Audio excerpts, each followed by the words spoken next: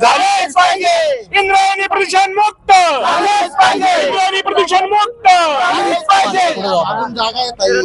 इंद्रायणी नदीच्या विरोधात जे प्रदूषण झाले त्या विरोधात आंदोलन करतात, वारकरी आणले, पालखी आणल्या प्रतिकात्मक. काय प्रशासनाला इशारा देणे?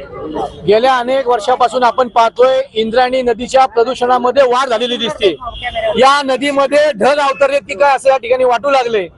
आजूबाजूच्या कारखान्यातलं केमिकल युक्त पाणी या नदीमध्ये मिक्स होतंय, आजूबाजूच्या गावातलं सांडपाणी मिक्स होतंय.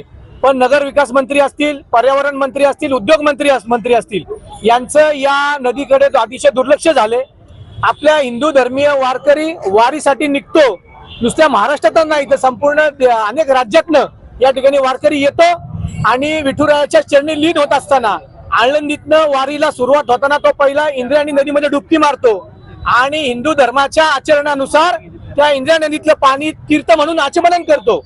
हे आचमन केलेल्या पाण्याने वारकऱ्याच्या आरोग्याला धोका निर्माण झालाय, सर्वसामान्य भक्तांच्या आरोग्याला धोका निर्माण झालाय. याकडे सरकारचं आणि प्रदूषण नियंत्रण महामंडळाचं पूर्णपणे दुर्लक्ष झालं, याचा आम्ही निषेध करतो. त्या इंद्रायणी नदीतील पाणी या ठिकाणी आम्ही घेऊन आलोय, पालखीमध्ये पाणी ठेवलंय. इंद्रायणी नदीच्या प्रदूषित पाण्याची पालखी, प्रतिकात्मक पालखी आम्ही या ठिकाणी काढली. वारकरी संप्रदाय आमच्या या पालखीमध्ये सहभागी झालाय, सर्व शिवसैनिक आणि नागरिक सहभागी झाले. प्रदूषण नियंत्रण महामंडळाच्या अधिकाऱ्यांना जाग यावी, सरकारला जाग यावी म्हणून हे प्रतिकात्मक आंदोलन या ठिकाणी मी आयोजित केले. 2 दिवसावर पालखी सोहळा आलेला आहे, सर्व वारकरी आता आळंदीत यायला सुरुवात झालेली आहे. तरीही प्रशासनाने अजून काही प्राथमिक काही नाही केलं. मागील वर्षभरापासून आम्ही या नदीच्या प्रदूषणाबाबतीत पाठपुरावा करतोय.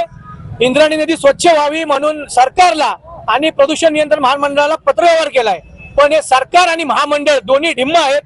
आता या अधिकाऱ्यांना या पाण्याने आंघोळ घालायची वेळ आली आहे.